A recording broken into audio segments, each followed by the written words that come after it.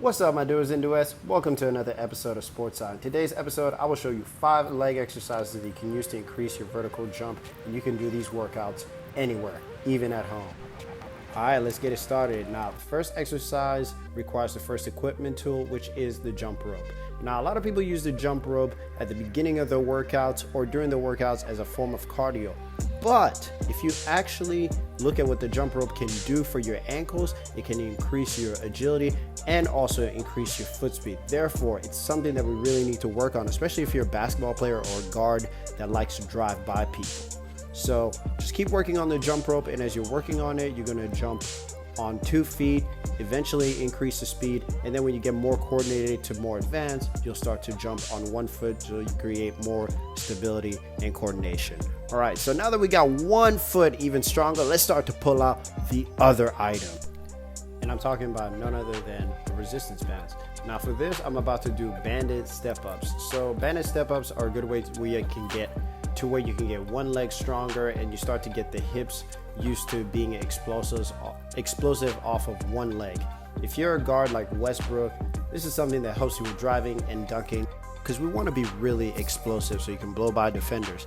You know, this is a great exercise to use. However, glutes only make a certain part of the posterior chain. If you ever hear somebody say posterior chain, they really just mean your backside, your behind, for explosive power. Because if you ever watch sports, you know, they tend to say that if athletes have a big, they tend to have a lot of power. I don't know, just listen to the announcers.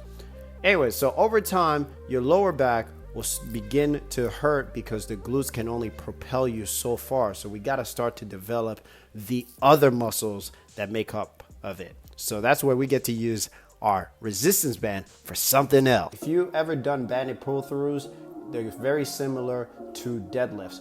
But unlike deadlifts, these will not be hurting your lower back, which tends to be the issue, because when you get stronger with deadlifts and you start to increase the weight, your form sometimes fails because there's so much you have to work on. However, if you use a banded pull-throughs like the ones I'm showing you here, you're gonna have strong glutes, no lower back issues, and really strong hamstrings. You're gonna have even more powerful legs. Now that we got our legs even more powerful, we're done doing this. Now you're probably wondering to yourself, how is it that I haven't mentioned one of the most common exercises to help you with your vertical jump? That is none other than the Bulgarian split squat, and a unilateral exercise. So you're doing it on one leg. What happens when you're doing exercises with both legs, such as squats, you start to get stronger in your legs. However, you're limited when it comes to mobility.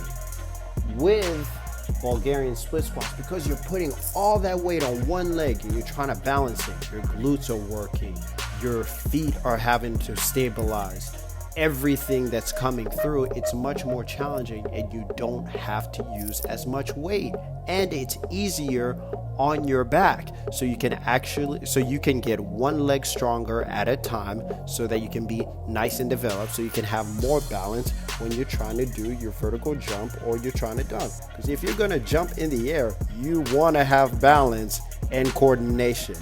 So after doing that, now I'm telling you, split squats kind of tire you out, but now we got to do the burnout one. If we're trying to improve our vertical jump, in my case, I'm trying to improve dunk, we got to get to the next one. That is none other than this one that might look a little strange, and it is Hindu squats. Hindu squats they look as though I'm just dancing, but every time I'm going down, I'm slowly reaching my hands right behind my heels. And what this does is that I'm squatting down, and it gets you into that rhythm of getting ready to jump. And not only when you do this many reps as I did, it starts to burn your legs. And you keep doing these, I'm telling you, your vertical jump is gonna go up. Look at that. This guy's dying. Let's hear what he's got to say.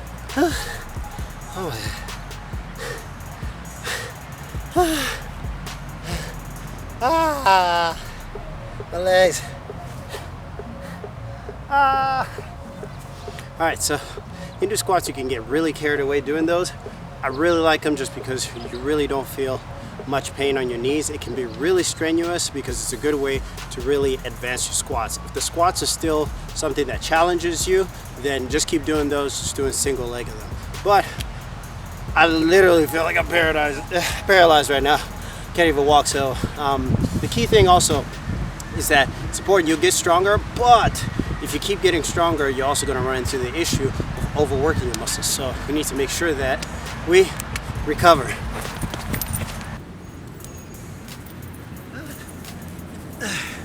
All right, so since we just obliterated our legs, the mobility is really important. So hip dominance, very important if you're trying to do any athletic movement, whether you're a basketball player, soccer player, hockey player, whatever, you need your hips. So hip flexor right around here is the area that most people are always tight on, whether you're sitting at a desk or just because you're training a little bit too hard. So what I usually do is I usually stand this way and I base my knee down. And I try not to make sure that my knee is straight. I actually try to make sure that my knee is at an angle, so I lean forward. Now also, another thing is you don't want to make it go past your toes. Then you're not really getting that hip flexor to stretch, because if this is tight, this is tight. You don't want that. Trust me. And as I'm getting older, trust me, I understand. Now, once you got this stretched, then you can lean deep into it. And the other thing is you want to take your butt and just kind of move it a little bit forward. Keep your hips forward, and then you take your arm and then start reaching it up. Then you look up. Now, you want to get a little bit more of this side. This way. You switch legs. It's real simple. Something you can do at home.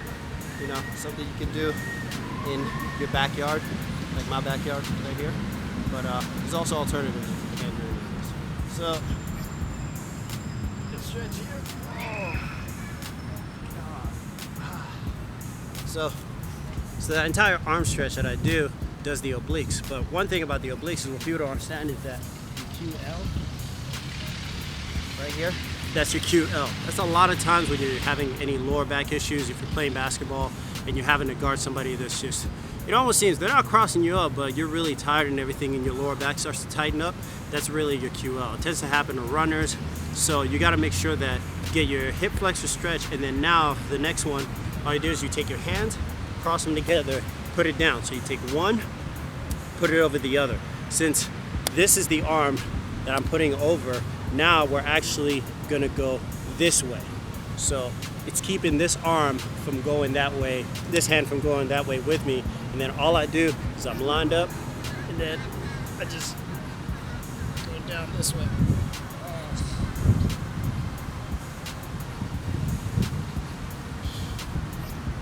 Make sure to breathe in between.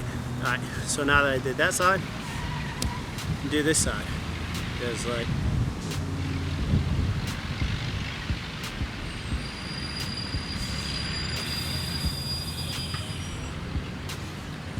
so that stretches that area I was talking about, but it also stretches more of the lats. Not quite obliques, but the lats here, because all this tightens up, and then that's what makes it to where when you're trying to shoot, you're not able to really get your tricep into it. If this is tight, tricep's not going to go into it. So even though we're working on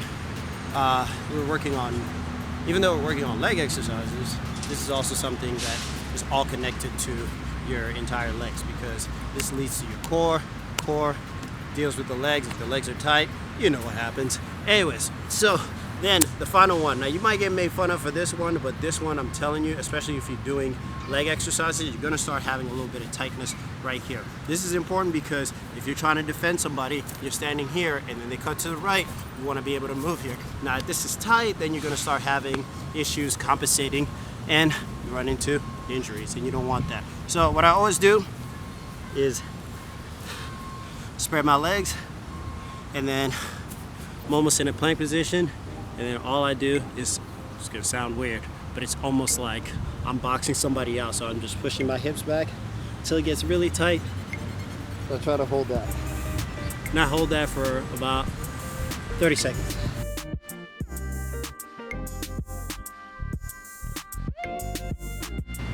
And if while you're doing it, it gets a little bit tough, just come right back and then push it right back. And then you'll be able to see that you'll go a little bit further.